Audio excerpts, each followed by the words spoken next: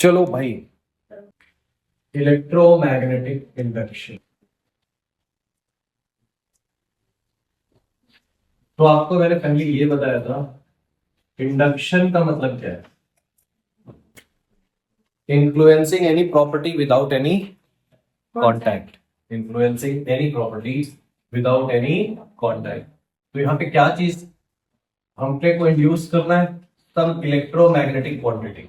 तो electromagnetic quantity यहाँ पे क्या होगी? ईएमएफ, जिसको हम लोग इंड्यूस करेंगे विदाउट एनी कॉन्टैक्ट। ठीक है, मतलब ये कहीं पे नहीं था और वो अब आ जाएगा। इसमें आ जाएगा किसी कॉइल में। इसमें आ जाएगा, बताओ, किसी कॉइल में। इसमें सबसे पहले आपने को क्या पढ़ना है? फैराडेज लॉ पढ़ना है। बोलो, फैराडेज लॉ। तो सबसे पहले क्या किया गया? इसमें एक्सपेरिमेंट किया फैराडे ने। क्या एक्सपेरिमेंट किया? 3 एक्सपेरिमेंट, 3 ऑब्जर्वेशन आपको वहां पे बता देते हैं। सबसे पहले क्या किया बच्चों? एक कोई कॉइल लिया और उसके अक्रॉस, उसकी एक्सिस के अक्रॉस क्या मूव करा दिया? ये गैल्वेनोमीटर लगा के एक्सिस अक्रॉस मैग्नेट मूव करा दिया। बोलो, तो उसको इसमें डिफ्लेक्शन मिला, इसका मतलब करंट मिली। तो उसने क्या कंक्लूड किया कि ईएमएफ या करंट इंड्यूस होने के लिए किसकी किसकी जरूरत है?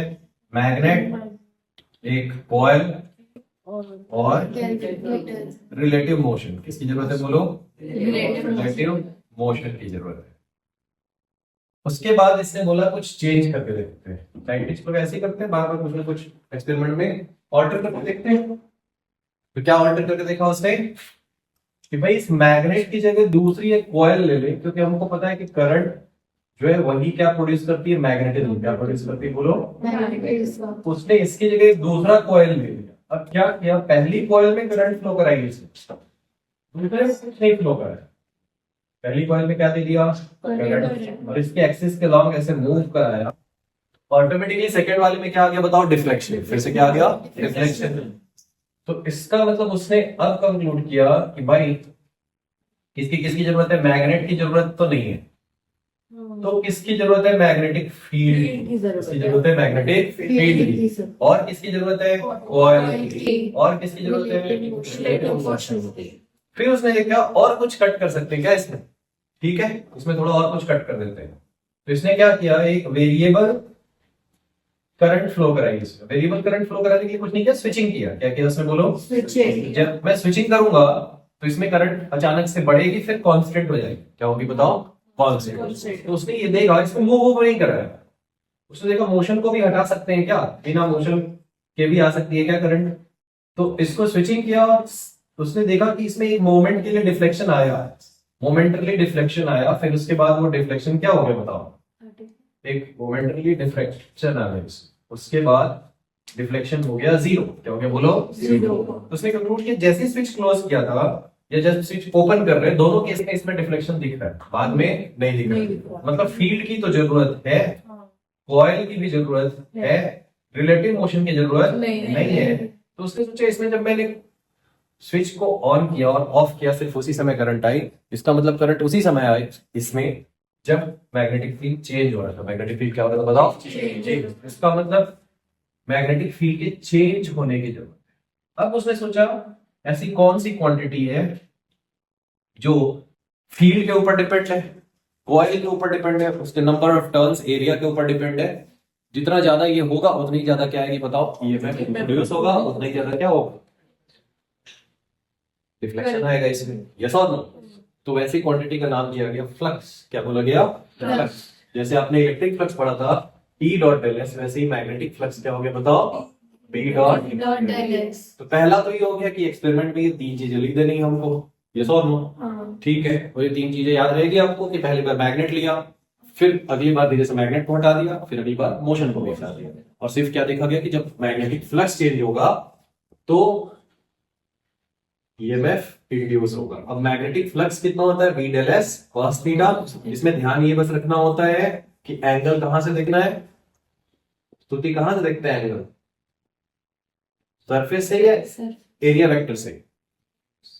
एरिया वेक्टर से। ये एंगल देखते हैं, ये वाला एंगल नहीं देखते। Always look for the angle with the area vector. तो पहला क्वेश्चन ये हो गया एक और क्वेश्चन हो गया इलेक्ट्रोमैग्नेटिक इंडक्शन की डेफिनेशन क्या होगी? The phenomena of induction of EMF due to change in flux is called electromagnetic induction. अलग से इंडक्शन तो पूछेंगे नहीं, पहली चीज हो गई इसकी डेफिनेशन। दूसरी चीज हो गया फैराडे एक्सपेरिमेंट के ये 3 ऑब्जर्वेशन। तीसरा हो गया मैग्नेटिक फ्लक्स होता क्या है, एंगल कहां से देखते हैं, इसके ऊपर बेस है न्यूमेरिकल। क्लियर है क्या? ठीक है। उसके बाद देखेंगे हम लोग कि फैराडे ने इस पे बेस्ड क्या लॉ दिया।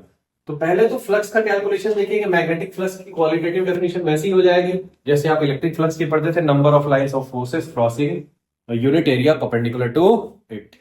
ठीक है, इसकी यूनिट क्या हो जाएगी? Tesla into metre square, tesla into metre square. अब एक क्वेश्चन कर लेते हैं। सपोज करो एक स्क्वायर है, स्क्वायर ऑफ साइड 10 सेंटीमीटर और यहां से मैग्नेटिक फील्ड जा रही है 0.5 गॉस। ठीक है, so you have to calculate the magnetic flux. ठीक है, मैग्नेटिक फ्लक्स इसका क्या होगा ये बताना है। तो भाई पहले तो हमको ये पता होना चाहिए कि ये गॉस का टेस्ला से क्या रिलेशन है, क्योंकि एमगेस यूनिट तो क्या है बताओ? टेस्ला। क्या रिलेशन है बताओ तो थोड़ा। 1 tesla equal to 10 to power 4 gauss. बोलिए, इसको कैलकुलेट करके बताओ थोड़ा सा फ्लक्स कितना आ रहा है। ठीक है, आप चाहो तो नंबर भी डाल के जा सकते हो, फिक्स है यही क्वेश्चन आएंगे, इसी टाइप के क्वेश्चन आ सकते हैं। और कितने आएंगे? थर्ड कमेंट क्या आ रहा है? बी डल एस कॉस 60 ले रहे हैं। बोलो क्यों लेना है? क्योंकि एरिया वेक्टर के साथ एंगल देखना है। यस और नो? फील्ड की वैल्यू क्या है बताओ? 0.5 और गॉस को कन्वर्ट किया तो -4। एरिया कितना? 10 टू पावर -1 का होल स्क्वायर और ये 1/2। इसको देखो थोड़ा, ये आया 0.25 और 10 टू पावर -6, तो इसको आप लिख सकते हो 0.25 माइक्रो वेबर। क्या लिख सकते हैं बच्चों? Micro weber. और क्या क्या चीजें यहां से हो सकती है इस यूनिट के बारे में? टेस्ला मीटर स्क्वायर जो यूनिट है ना, इसी को आप क्या लिखते हो बच्चों? Weber. Weber tesla metre square. तो कई बार तो आपसे नीट वीट में पूछ देते हैं कि इसमें से टेस्ला किसके इक्वल है, तो tesla is equal to weber per metre square. Weber per metre square ऐसा पूछ देंगे। इसकी यूनिट डायमेंशन पूछ देंगे। मैग्नेटिज्म की यूनिट्स डायमेंशन बहुत इंपॉर्टेंट होती है, पूछते रहते हैं। ठीक है, इंजीनियरिंग तक में पूछते रहते हैं, इंजीनियरिंग के एग्जाम जो होते हैं उसमें, ऑब्जेक्टिव्स में। अब ये आ गया वेबर। यहां से और क्या क्वेश्चन बन सकता है? 1 वेबर को डिफाइन करो। क्या पूछ सकते हैं बच्चों? 1 वेबर को डिफाइन करो। तो कैसे डिफाइन करेंगे 1 वेबर को? 1 वेबर इक्वल टू क्या है? 1 टेस्ला इंटू मीटर स्क्वायर। तो इसका मतलब है if 1 tesla magnetic field crosses 1 metre square area perpendicular to it, क्योंकि ये परपेंडिकुलर होगा तभी cos 0 आएगा। एंगल क्या है बताओ? 0 डिग्री। सरफेस के परपेंडिकुलर मतलब एरिया वेक्टर के पैरेलल, एरिया वेक्टर के। so if 1 tesla magnetic field crosses area of 1 meter square perpendicular to it, then flux linked with it is called 1 Weber। इतना clear है क्या? हम लोग इसको रब करेंगे, आगे चलेंगे। तो अभी तक इसमें क्या क्या क्वेश्चन बन सकते हैं बच्चों? इलेक्ट्रोमैग्नेटिक इंडक्शन का definition, Faraday and Henry experiment के ऑब्जर्वेशन, मैग्नेटिक फ्लक्स होता क्या है, उसमें एंगल कहां से देखते हैं। यस और नो? मतलब आपको उसमें लिखना होता है खुद से, ऐसा थोड़ी पूछेंगे एंगल कहां से देखते। नेक्स्ट, उसके बाद इसके बेस न्यूमेरिकल, उसमें ध्यान रखना है angle is observe with area vector, area vector. इसके साथ साथ थर्ड, तो देखो when the flux is maximum and minimum, कई बार ये फ्लक्स के डेफिनेशन के साथ ही आपसे पूछ देंगे। ये आएगा B del S cos theta. आया बच्चों? तो अपने लगता क्या है पहले कि थीटा अगर 90 हो गया तो ये 0 हो जाएगा। 90 मतलब परपेंडिकुलर, 90 मतलब ये सही लगता है बट हम उसको लिख गलत देते हैं। ठीक है, 90 डिग्री मतलब परपेंडिकुलर क्या हुआ है? फील्ड और एरिया वेक्टर। फील्ड और एरिया मतलब एरिया तो पैरेलल हो गया। एरिया क्या हो गया बताओ? तो अगर जब एरिया पैरेलल है फील्ड के तो flux is 0। Flux is 0। So area is parallel to field, मतलब थीटा 90 है, क्योंकि वो एरिया ही वेक्टर इसके परपेंडिकुलर होता है। यस और नो? ठीक है, तो इसमें हम उल्टा लिख के आ जाते हैं, इसलिए वो छोटी चीज है बट पहले बार भी बहुत आपको स्ट्रेस देके समझाया होगा। कॉमन क्लासेस जो आपकी लगती है रेगुलर क्लास, उसमें भी अभी भी बता रहा हूँ, इसको ध्यान से। अगली बार ये फील्ड ऐसा है तो फील्ड और एरिया वेक्टर क्या हो जाएगा बच्चों? Parallel. Area is perpendicular to field, है ना? Area is perpendicular, so field is parallel to area vector. Field is parallel to and the theta is 0. Theta is 0. और मान लो आपको ये मैथ्स नहीं लगा रहा है, तो भी आप ऐसा समझो कि कोई भी एरिया ऐसा परपेंडिकुलर है। परपेंडिकुलर तो सबसे ज्यादा लाइंस क्रॉस करेगी ना इसको, मतलब when it is perpendicular the flux is maximum, when it has become parallel the flux is 0। इधर से लाइंस जा रही है तो कोई भी लाइन इसको क्रॉस नहीं करेगी। तो अच्छे से याद रखना, थीटा 90 का मतलब एरिया पैरेलल है, थीटा 0 का मतलब एरिया परपेंडिकुलर है। ये फ्लक्स से रिलेटेड वहां पे पूछ लेते हैं, यस और नो? ठीक है, तो ये तो हो गए शुरू के आपके 2-3 टॉपिक्स एनसीईआरटी रिलेटेड। उसके बाद आता है फैराडे लॉ। तो फैराडे लॉ कहता क्या है भाई? वो तीनों एक्सपेरिमेंट ने क्या बताया था इसको कि पहली बात तो चेंज इन फ्लक्स के प्रोपोर्शनल होगा। क्या? ईएमएफ इंड्यूस, जो ये करंट आ रही थी ईएमएफ, बोलो। और दूसरा क्या था कि जितना फास्ट हम लोग मूव करा रहे थे मैग्नेट को, उतना फास्ट उतनी ज्यादा क्या आ रही थी उसमें? डिफ्लेक्शन आ रही थी। मतलब ईएमएफ जो है वो स्पीड पे भी डिपेंड करता है कि how fast the flux is changing, how fast the flux is changing. So इसका मतलब it is proportional to d phi by dt, it is equal to basically d phi by dt, but minus sign है वहां पे। वो क्या बताता है? ये जो इंड्यूस्ड ईएमएफ है वो अपने ही कॉज का अपोज करता है, अपने ही कॉज का क्या करता है? इसको हम दूसरे नाम से क्या जानते हैं? Lenz law. उसको हम क्या बोलते हैं कि अपने ही कॉज का क्या करता है? अपोज। तो आप यहां लिख सकते हो the minus sign indicates that the induced EMF, minus sign का मतलब क्या है? Induced EMF opposes its own cause, its own cause, अपने ही रीजन का, अपने ही कॉज का ये करता है oppose, minus d phi by d. यहां से क्या यूनिट का रिलेशन आ जाएगा कि जो वोल्ट होता है वो होगा वेबर पर सेकंड। क्या होगा बच्चों? और वेबर को भी क्या लिख सकते हैं? टेस्ला मीटर स्क्वायर पर सेकंड। कुछ आया क्या? तो समझो, अगर एग्जाम में आपसे पूछ दिया जाए नीट में कि भाई ये टेस्ला किसके इक्वल है, ठीक है, ये एनसीईआरटी में इसकी ऑब्जेक्टिव तो उसमें भी आने ही वाले हैं आपके सीबीएसई में। तो टेस्ला की वैल्यू अगर वोल्ट सेकंड पर मीटर स्क्वायर लिख दिया जाए, ऐसा वोल्ट सेकंड पर मीटर स्क्वायर, तो ये जल्दी हमको कैच ही नहीं हो पाएगा, क्योंकि इसमें कोई भी यूनिट हमको जल्दी मैग्नेटिज्म वाली दिखती नहीं है, लगता है इलेक्ट्रिसिटी से रिलेटेड है। यस और नो? तो इसलिए इसकी यूनिट्स बहुत इंपॉर्टेंट है। हम उसको खोजते रहेंगे करंट चैप्टर की क्वांटिटी से, और वो है बेसिकली क्या? Magnetic field. क्या है बोलो? या वोल्ट इनटू सेकंड किसके इक्वल है? वेबर के इक्वल। किसके इक्वल है? तो ये हमको थोड़ा सा क्लिक करना चाहिए वहां पे कि ये किससे रिलेटेड बन जाएगा ऐसा। अब इसके क्वेश्चंस करते हैं हम लोग। कुछ क्वेश्चन तो स्ट्रेट फॉरवर्ड क्वेश्चन होते हैं भाई, इसके निवेदन अगर आप करोगे तो कैसे क्वेश्चन होंगे? जैसे सपोज करो ऐसा लिखा हो पहला क्वेश्चन, एक कॉइल है, इसका डायरेक्ट एरिया गिवन है, इसका एरिया है 100 सेंटीमीटर स्क्वायर, इसके थ्रू मैग्नेटिक फील्ड पास हो रही है 0.5 टेस्ला, ठीक है। अब अगर मुझे इसमें ईएमएफ इंड्यूस करना है, इसका रेजिस्टेंस भी लिख देता हूं मैं 2 ओम। ईएमएफ इंड्यूस करना है तो फ्लक्स को चेंज करना पड़ेगा। फ्लक्स में क्या करना पड़ेगा? चेंज। तो इस क्वेश्चन में क्या गिवन है कि हम क्या करते हैं, इसके फील्ड को सडनली जीरो कर देते हैं इन 0.1 सेकेंड। 0.1 सेकेंड के टाइम में क्या कर देते हैं हम लोग इसको? Zero. The field become zero in 0.1 second. Then find the EMF induced.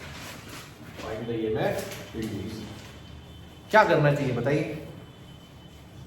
और करंट भी पूछेंगे आपसे, ईएमएफ एंड करंट। एक ही फॉर्मूला, यही लगाएंगे और क्या? हाँ, क्या है formula? Minus d phi by d t की जगह मैं del phi by d t लिखूंगा, क्योंकि डी का मतलब है डिफरेंशिएशन। डी का मतलब क्या है बोलो? डिफरेंशिएशन। और वो एक ड्यूरेशन की बात कर रहा है, एवरेज वैल्यू पूछ रहा है। यस और नो? समझो, ये फील्ड जो है ना वो 0.5 से 0 ऐसा होगा या सडनली ऐसा 0 हो गया, या किस तरीके से हुआ मुझे नहीं पता है कि ये कैसे ऐसा 0 हो गया। यस और नो? बट इतना बस पता है कि 0 हो गया, मतलब इनिशियल पता है और क्या पता है? फाइनल। तो इसमें हम लोग सिर्फ एवरेज वैल्यू बता सकते हैं, इंस्टेंटेनियस वैल्यू। और एवरेज का मतलब एक बार निकालेंगे इनिशियल और एक बार क्या निकालेंगे बच्चों? फाइनल। इनिशियल क्या होगा बताओ तो थोड़ा? b del s cos कितना angle? 0 degree. Very good. Field कितना? 0.5, इसको आप ऐसा लिख सकते हो, डिजिट्स अलग 10 रेज़ टू पावर अलग, एरिया कितना, 100 into 10 रेज़ टू पावर -4, बोलो। तो ये आया 10 रेज़ टू पावर 2 और उधर 5, तो 10 रेज़ टू पावर -3 वेबर क्या हो गया बोलो, इनिशियल फ्लक्स। फाइनल फ्लक्स क्या हो गया बच्चों, 0, फील्ड ही खत्म कर दिया, तो field dot del S B dot del S क्या हो गया पूरा 0। अब हम क्या कर देंगे बताओ, ईएमएफ की वैल्यू लिख देंगे minus del phi by del t, ठीक है। इसका मतलब final minus initial upon time, time की वैल्यू कितनी है 0.1, तो ये 1/10 ऊपर जाएगा, 5 into 10 raised to power -2 volt आएगा, बोलिए 5 into 10 raised to power -2 volt. कितने लोगों को क्लियर है, ये नोट कर लो आप। करंट निकालनी होगी तो इसमें क्या कर देंगे बताओ, करंट ये नोट किया ना आपने, सब है आपके नोट्स में वैसे, और चाहो तो बुक जो है ना, बुक में ही देखो आप, उसको चाहो तो इसको टिक लगाते जाओ कि ये चीज पढ़नी है, बाकी पढ़नी भी नहीं है आपको उसमें अननेसेसरी। तो जो बुक है ना उसमें टिक लगाते जा सकते हो कि ये पढ़ना है हमको। तो क्या किया इसमें, एक लिखा इनिशियल, एक लिखा फाइनल, और सब्ट्रैक्ट करके वैल्यू पुट कर दिया। बहुत इजी है ये, खासकर एनसीईआरटी और नीट के लिए तो आप एक ही लेक्चर में इसको खत्म कर सकते हो, ठीक है, मैक्सिमम 1.5 घंटे का है। Next -d5/dt। अब कुछ क्वेश्चन करते हैं एनसीईआरटी वाले, तो इसमें एग्जांपल 6.1 है, वो आपने किया भी है ना, रेगुलर क्लास में। इसमें लिखा हुआ है कि जो फैराडे एक्सपेरिमेंट था 6.2 लिखा है इसमें, ठीक है, कंसीडर एक्सपेरिमेंट 6.2। 6.2 का मतलब, हाँ सेकंड वाला, मतलब जिसमें मैग्नेट की जगह कॉइल मूव कर रहा था, क्या मूव कर रहा था बोलो, कॉइल मूव कर रहा था। तो इसने पूछा है कि what would you do to obtain the larger deflection in the galvanometer, क्या क्या कर सकते हैं larger deflection in the galvanometer लाने के लिए। लार्जर डिफ्लेक्शन मतलब लार्जर ईएमएफ, मतलब फ्लक्स का चेंज फास्ट होना चाहिए, या तो इसको मोर कर दो या इसको लेस कर दो। भाई ये चीज अगर आपको मोर चाहिए तो ये वाला चाहिए मोर, मतलब हाई, और ये क्या चाहिए बताओ, लेस। अब ये कॉइल इधर से ऐसे मूव कर रही थी, ठीक है, बस आप फॉर्मूले पे जाओ, आपको सब चीजें दिख जाएगी। ऐसे कॉइल ये मूव कर रही है इधर की तरफ, और यहाँ एक दूसरी कॉइल है, इसमें गैल्वेनोमीटर अटैच है। अब इसको ज्यादा करने के लिए क्या क्या कर सकते हैं इसमें, इस फ्लक्स को बढ़ाने के लिए, किसके थ्रू जो लिंक्ड है फ्लक्स, सेकंड वाले के थ्रू जो फ्लक्स लिंक्ड है, उसको बढ़ाने के लिए क्या क्या कर सकते हैं बच्चों, नंबर ऑफ टर्न्स इसका बढ़ा दो। एक टर्न में अगर 1 वेबर का फ्लक्स है तो 2 टर्न में कितने का हो जाएगा बताओ, 2 वेबर का। नंबर ऑफ टर्न्स क्या कर देंगे बताओ, बढ़ा देंगे। दूसरा फ्लक्स को देखते हैं, वो होता है B del S cos theta. Coil का एरिया थोड़ा आप ज्यादा ले सकते हो, कॉइल का एरिया क्या ले सकते हो, एरिया बढ़ा सकते हो, और क्या बढ़ा सकते हो, फील्ड आ रही है इसकी करंट से, इसके करंट का मतलब ये वेरिएबल नहीं, करंट का मतलब इसकी बैटरी का वोल्टेज क्या कर दो, स्ट्रॉन्ग या वीक, स्ट्रॉन्ग, तो वोल्टेज इंक्रीज कर दो। Take the powerful battery, take any powerful battery, और टाइम को कम करने के लिए कैसा मूव करा दोगे, फास्ट, क्या मूव करा दोगे बताओ, ये 4 चीजें कर दो, ये आंसर हो गया आपका एनसीईआरटी के क्वेश्चन का। बोलो आया कुछ चीजें, बहुत सिंपल है, एक फॉर्मूले में पूरा टॉपिक खत्म, लेंथ लॉ में कोई फॉर्मूले की भी जरूरत नहीं है, ठीक है।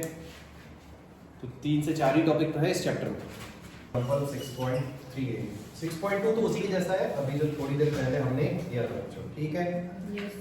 Placed with its plane perpendicular to horizontal component of earth magnetic field, यहाँ पे horizontal component earth magnetic field का गिवन है। नंबर ऑफ टर्न्स कितना है इसमें 500, रेडियस है 10 सेंटीमीटर। अब इसकी एक वर्टिकल डायमीटर के अबाउट इसको उठा के ऐसा रोटेट कर दिया 180 डिग्री से, कितने से रोटेट कर दिया बताओ, 180 डिग्री से। डेटा तो इतना ही है। टाइम की वैल्यू 0.25 सेकंड है, टाइम इज 0.25 सेकंड, और फील्ड की जो वैल्यू है हॉरिजॉन्टल कंपोनेंट ऑफ 3 × 10⁻⁵ टेस्ला में तो बहुत वीक होता है ना, 0.4 0.3 गॉस के आसपास अर्थ का मैग्नेटिक फील्ड होता है, और रेजिस्टेंस भी गिवन है 2 ओम। ये पूरा डेटा यहाँ पे आ गया आपके सामने। अब बताओ इसके अबाउट 180 से टर्न कर दिया। तो देखो एक चीज समझनी है हमको, क्या कि ईएमएफ जो है वो तभी इंड्यूस होगा जब फ्लक्स क्या होगा, वेरी गुड, चेंज होगा। क्या होगा बच्चों, चेंज। और वो चेंज किस तरीके से हो सकता है, इसमें से कोई सी भी चीज चेंज हुई तो फ्लक्स क्या होगा, चेंज होगा। ये शुरू का आधा चैप्टर यही है बेसिकली, ठीक है। क्या कि अगर फील्ड चेंज हो रहा है तो फ्लक्स आ सकता है, मतलब फ्लक्स में चेंज आ सकता है, करंट आ सकती है, एरिया चेंज हो जाए या तो एंगल चेंज हो जाए। बोलो। तो अभी जो एक क्वेश्चन किया था हमने जिसमें फील्ड अचानक से जीरो हो जाता था, तो उसमें क्या चेंज हो रहा था, फील्ड।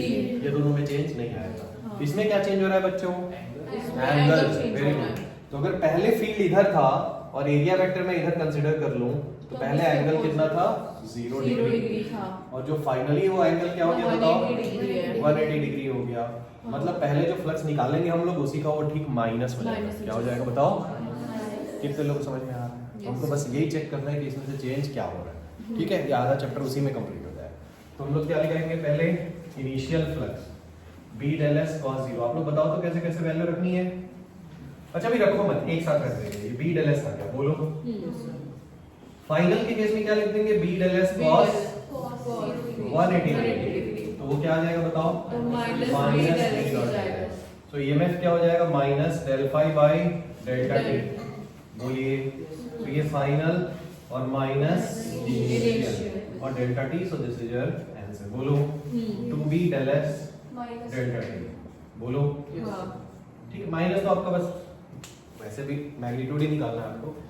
दूसरी बात इसमें इंपॉर्टेंट क्या है कि एक नंबर ऑफ टर्न्स गिवन है, तो आप यहाँ पे n b डेल एस क्या लिखोगे बताओ, यहाँ पे भी n, यहाँ भी n लिखोगे, तो यहाँ पे भी n डायरेक्टली मल्टीप्लाई तो 2b n del S. Yes और नो। अब फील्ड कितना है, 3 into 10 raised to power minus 5, area pi r square 3.14 10 raised to power minus 1 का whole square. Number of turns 500। बोलिए। और डेल्टा टी की वैल्यू 1/4। तो यहाँ से जो ईएमएफ आएगा that will be your answer. ये बहुत ही सिंपल होता है कि क्या चीज चेंज हो रही है, बी डेल एस या थीटा, बी डेल एस या थीटा।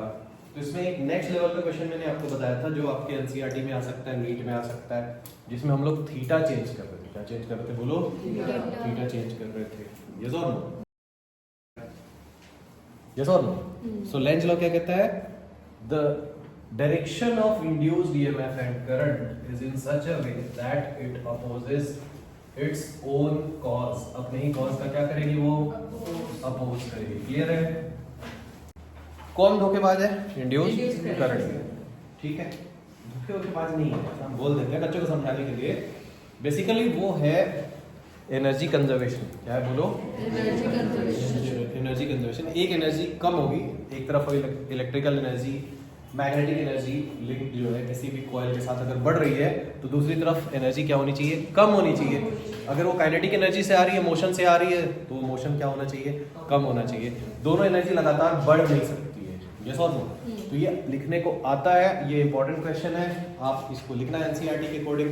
आपके नोट्स में लिखा है, बुक में लिखा है क्या, how the Lenz law is in accordance with conservation of energy. How, ये होमवर्क है आपका, ठीक है, कल एक्सप्लेन करना है। क्या, how the Lenz law is in accordance with the energy conservation.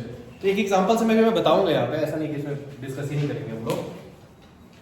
So direction of induced EMF or current is in such a way that it opposes its own cause। ये खुद की डायरेक्शन ऐसे adjust कर लेती है कि वो अपने ही कॉज का क्या करती है, अपोज करती है। जिसने इसको पैदा किया उसी का अपोज करती है, अपने ही माँ बाप का अपोज करती रहती है। बोलो। तो किसका किसका अपोज क्या क्या कर सकती है, इसका माँ बाप कौन है, change in flux. Very good, ठीक है। तो एक फील्ड है, एक एरिया है, एक थीटा है। बोलो। इसमें से कुछ भी चेंज होगा तो ये उसका क्या करेगी, अपोज करेगी। तो क्लियर है, बस इतना ही लिखना होता है उसमें लेंज लॉ में।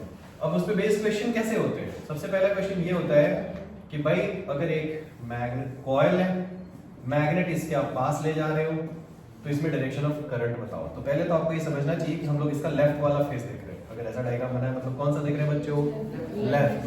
हाँ, इधर ध्यान दो, ठीक है। तू भी लेंज लॉ जैसे ही धोखा दिया आज। सबसे पहले हाथ उठाए, आज नहीं रिवाइज कराऊंगी, कल भी नहीं कराऊंगी मैं। मैं कराऊंगी ही नहीं, गलती हो गया मेरे से। नहीं, अच्छा स्टेप लिया तो उसको करके देखना चाहिए एक बार, ठीक है। नेक्स्ट क्लास में कोशिश करना। ये जा रहा है इधर, नॉर्थ पोल पास आ रहा है। ये करंट क्यों इंड्यूस हो रही है, करंट का कॉज क्या है, नॉर्थ पोल का पास आना, नॉर्थ पोल का। तो नॉर्थ को पास आने से रोकने के लिए इधर क्या होगा, direction of current north. North का मतलब एंटी क्लॉकवाइज, कैसा होना चाहिए यहाँ पे current, anti clockwise. That's all, yes और नो। इसी को कई बार लिख देते हैं कि एक मैग्नेट है that falls through the coil, इस कॉइल के थ्रू फॉल होता है, find the direction of current. तो पहली बार जब ये पास आएगा तो नॉर्थ का अपोज करने के लिए यहाँ पे तो नॉर्थ बनेगा बच्चों, और नॉर्थ बनेगा मतलब एंटी क्लॉकवाइज। ये इसको पास नहीं आने देगा, और जब ये दूर जाएगा तो दूर भी नहीं जाने देगा मैग्नेट को, यस और नो, ठीक है। साउथ को दूर नहीं जाने देगा, मतलब यहाँ बनेगा नॉर्थ, ऊपर क्या बनेगा बच्चों, साउथ। कितने लोगों को समझ में आ रहा है? पहले तो ये बताओ, ये जो क्वेश्चन पूछा गया हमसे, ये जो दिख रहा है अपने को, इस कॉइल का ऊपर वाला फेस दिख रहा है कि नीचे वाला फेस, ऊपर वाला दिख रहा है। तो ऊपर वाले फेस से पहले ये नॉर्थ को पास नहीं आने देगा, जब ये मैग्नेट दूर जाएगा तो साउथ को दूर नहीं जाने देगा, साउथ को दूर नहीं जाने देगा, तो नीचे नॉर्थ और ऊपर साउथ, यस और नो। सेम इस पहले क्या कर रहा था ये कॉइल, इसको रिपेल करना चाह रहा था, अब क्या करना चाह रहा है, अट्रैक्ट करना चाह रहा है, यस और नो, ठीक है। तो देखो अभी ग्रेविटेशनल पोटेंशियल एनर्जी को आप थोड़ी देर के लिए भूल जाओ, ग्रेविटेशनल पोटेंशियल एनर्जी को, यस और नो। सपोज करो ये एक्सपेरिमेंट आप कर रहे हो, किसमें, स्पेस में कर रहे हो, और इसको मूव करा रहे हो, ग्रेविटी मूव नहीं करा रही है। एनर्जी कंजर्वेशन में समझाना चाह रहा हूँ, वो क्वेश्चन खत्म हो गया।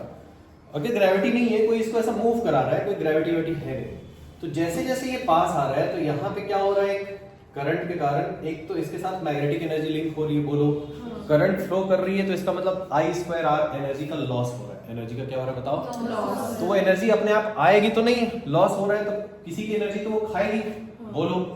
तो वो एनर्जी किसके कॉस्ट पे आएगी, इसकी काइनेटिक एनर्जी, इसकी काइनेटिक एनर्जी, क्योंकि काइनेटिक एनर्जी होगी कम, मैग्नेटिक एनर्जी और इलेक्ट्रिकल एनर्जी इसकी क्या होगी, बढ़ेगी, ठीक है। और उसी में से हीट के फॉर्म में क्या होता जाएगा बताओ, लॉस। तो ऐसे एग्जांपल से भी आप समझा सकते हो कि Lenz law is nothing but the restatement of energy conservation, restatement of energy conservation बन जाएगा ऐसा, ठीक है। इसी में और क्वेश्चन क्या हो जाते हैं, थोड़ा देखते हैं। एक ऐसा लगा देंगे क्या, थोड़ा सा ये एडवांस लेवल का क्वेश्चन है, इसमें आपको थोड़ा इमेजिन करना पड़ता है। ऐसा ऐसे डायरेक्शन ऑफ वायर में, सॉरी वायर को ऐसा वाइंड कर देंगे, फिर आपसे पूछेंगे कि इसमें बताओ, एक अगर मैग्नेट को मैं ऐसा मूव करा रहा हूं तो ये किधर की तरफ होगा, बोलो, इसमें डायरेक्शन किधर की तरफ आएगी, ऐसे दो दो लगा देंगे, ठीक है। सपोज इसमें बैटरी इधर लगा दी, तो आपको बस इस टाइप के क्वेश्चन में क्या देखना होता है कि और एक्चुअली किधर आ रही है करंट, और इसके मूव कराने से किधर आ रही है, बोलो।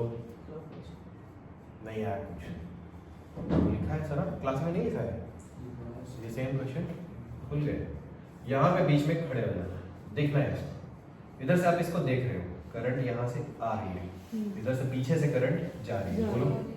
तो ये करंट आपको यहाँ से देखने पे कैसे दिखेगी, मैं यहाँ खड़ा रहूंगा, मेरे सामने से इधर से करंट नीचे आ रही है, एंटी क्लॉक दिख रही है मेरे को या क्लॉकवाइज, एंटी क्लॉक दिख रही है, एंटी क्लॉक दिख रही है। नॉर्थ पास जा रहा है तो उसको रोकने के लिए भी यहाँ पे क्या बन रहा है, मतलब एंटी क्लॉक। तो एंटी क्लॉक पहले से भी थी, अब एंटी क्लॉक दिख भी रही है, तो इसका मतलब करंट क्या हो रही है, बढ़ रही है। इंक्रीजेस और डिक्रीजेस पूछा जाएगा, आया, ठीक है। नहीं समझ में आता तो ऐसा बना लेना को एग्जाम में ऐसा, ठीक है। एक पेन को ऐसा रख के ऐसा इमेजिन करना, इधर से जा रही है तो इधर से मैं देखूं ये सामने, ऐसा ऐसे करना है, फिर इसको ऐसे घुमा लेना, अच्छा एंटी क्लॉक दिखेगा मेरे को, यस और नो।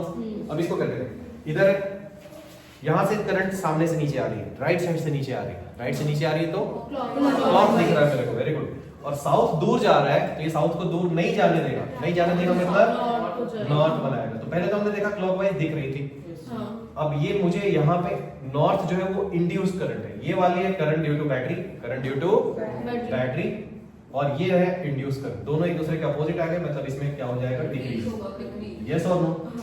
इसमें मिस्टेक क्या करते हैं कई बार बच्चे, उनको लगता है कि सर ने समझाया था एक तरफ एनर्जी कम होगी तो दूसरी तरफ बढ़ जाएगी, तो पक्का इसमें बढ़ रही है तो इसमें कम लिख दो आंसर, ऐसा नहीं है। क्यों, अगर मैंने इस बैटरी को पलट दिया होता तो इसमें भी इंक्रीज होती और इसमें भी क्या होती, इंक्रीज होती, तो दोनों में इंक्रीज होती, तो एनर्जी आ कहां से रही है, अभी तो हमने बोला था एक बढ़ेगी तो दूसरी एनर्जी क्या होगी, कम होगी, याद करो इसका माँ बाप कौन है, इस करंट का कहाँ से प्रोड्यूस हो रहा है, ड्यू टू फ्लक्स। क्यों चेंज हो रहा है flux, due to motion of magnet. Very good, motion of magnet. तो ये बाहर से जो आदमी फोर्स लगा रहा है ना इसको मूव कराने में, उसकी एनर्जी के कारण वो जो वर्क कर रहा है, मैं इस मैग्नेट को मूव कर रहा हूँ तो मेरा एक्सटर्नल जो वर्क है वो वर्क डन जो है वो इसमें कन्वर्ट होगा, किसमें, कॉइल्स की एनर्जी। बोलो इस टाइप के क्वेश्चन में ये भी हो सकता है कि दोनों एक साथ इंक्रीज हो जाए। दोनों क्या हो जाए बताओ, एक साथ इंक्रीज हो जाए। तो ऐसा बिल्कुल नहीं सोचना है एक में इंक्रीज होगा तो पक्का दूसरे में डिक्रीज होगा। बोलो इसमें ये एक पहला क्वेश्चन हो गया, इसी में ये फ्री फॉल का क्वेश्चन हो गया, ये तीसरा क्वेश्चन हो गया। और क्या क्वेश्चन हो सकता है, ये एक वायर है, इसमें करंट हम लोग फ्लो करा रहे हैं, यह एक लूप रखा हुआ है, इसमें करंट इंक्रीज की जा रही है, current increases. So, what will be the direction of induced current in the loop? Clock या anti clock? सोचो, पहले तो देखेंगे कि यहाँ नॉर्थ बन रहा है या साउथ। क्या बन रहा है बच्चों?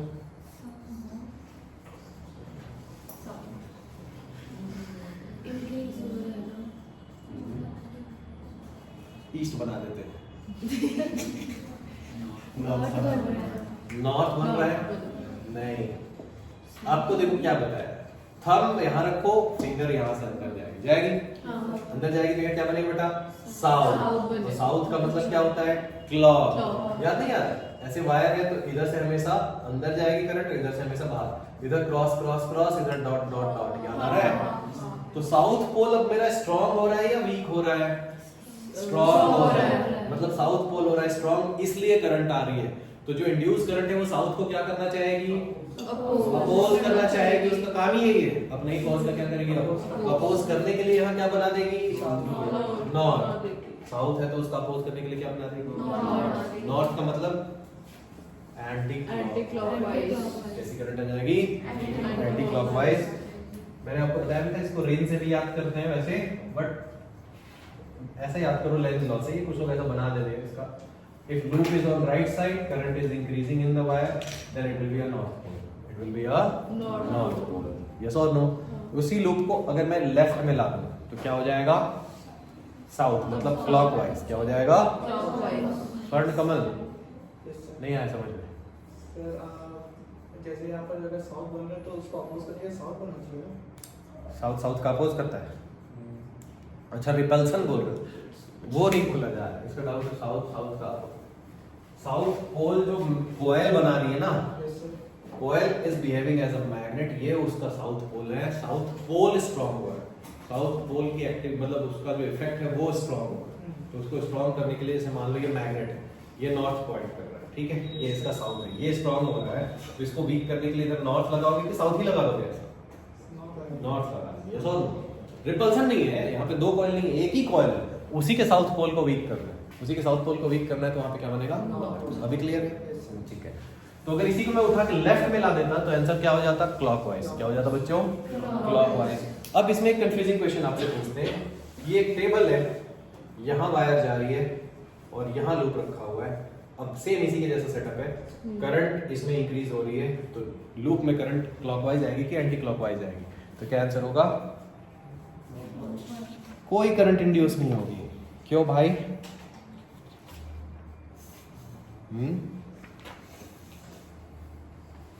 कोई करंट इंड्यूस क्यों नहीं होगी, क्योंकि इसमें फ्लक्स ही लिंक नहीं है।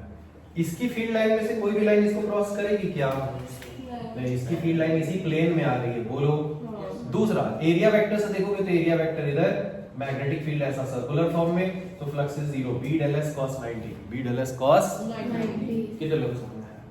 ये क्वेश्चन है, इसमें लूप ऐसा रखा हुआ है और वायर ऐसी है, बोलो ये लूप इस प्लेन में। दूसरे क्वेश्चन में वायर ऐसी है, लूप ऐसा रखा हुआ है, तो इसका मतलब इस केस में कोई करंट इससे क्रॉस नहीं होगी, और जब करंट क्रॉस ही नहीं होगी तो फ्लक्स भी चेंज नहीं होगा, फ्लक्स चेंज नहीं होगा तो इंड्यूस्ड ईएमएफ भी नहीं आएगा, इंड्यूस्ड करंट नहीं आएगा। कितने लोगों को समझ में आया? ठीक है, तो ये देखने में उसी के जैसा है, बट ये कंफ्यूजिंग होता है, फंस जाते हैं बच्चे। नोट कर लेना, अगर कॉपी में नहीं लिखा होगा तो, यस और नो, नोट्स में नहीं लिखा होगा तो अभी रिवीजन वाले में लिख लेना। ये सब तो, ये तो कॉमन है आपके सब कॉपी में, ये भी सब कॉपी में। एक क्वेश्चन और पूछा गया है, तो एनसीईआरटी का तो एक भी क्वेश्चन हमको छोड़ना नहीं, हमारे एनसीईआरटी नीड्स सब में काम है। बोलो। तो सर कमल इसका ऑब्जेक्टिव बनाएंगे तो कैसे बनाएंगे इसे? ठीक है, कैसे बनाएंगे? एक क्वेश्चन बस लिखेंगे, इंड्यूस करंट किधर हो, तो आप लिखोगे no current will be induce, काम खत्म। यस और नो?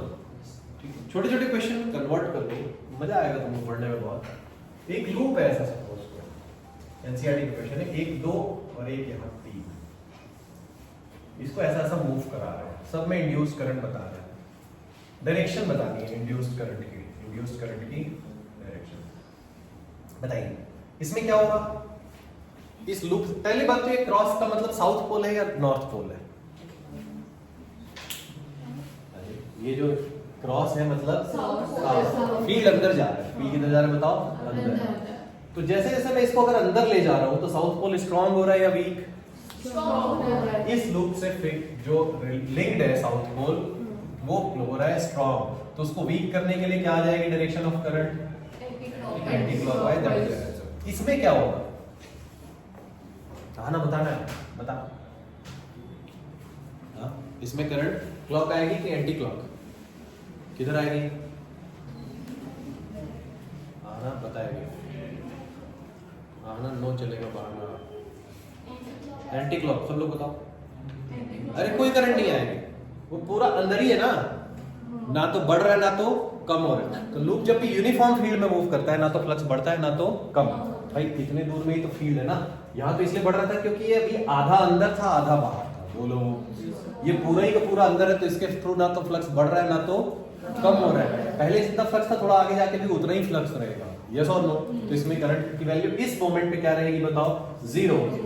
इसमें आप लोग अब बता दोगे। हाँ, दूर जा रहा है मतलब साउथ पोल वीक हो रहा है या स्ट्रॉन्ग? वीक हो रहा है, तो इसको स्ट्रॉन्ग करने के लिए क्लॉकवाइज बन जाएगा ऐसा। तो इसमें भी 0, इसमें भी 0। इसमें 0 इसलिए क्योंकि इसमें से कोई फ्लक्स क्रॉस कर ही नहीं रहा था, यहाँ कर रहा था बट वो चेंज नहीं हो रहा था। तो यूनिफॉर्म फील्ड में लूप को मूव कराने से फ्लक्स चेंज नहीं होता अगर आप एंगल वैंगल चेंज नहीं कर रहे, उतने का उतना ही फ्लक्स है। तो इसको घुमा देंगे तो आ जाएगा फ्लक्स। बोलो। तो ये आपका हो गया, कितने 5 टॉपिक हो गए।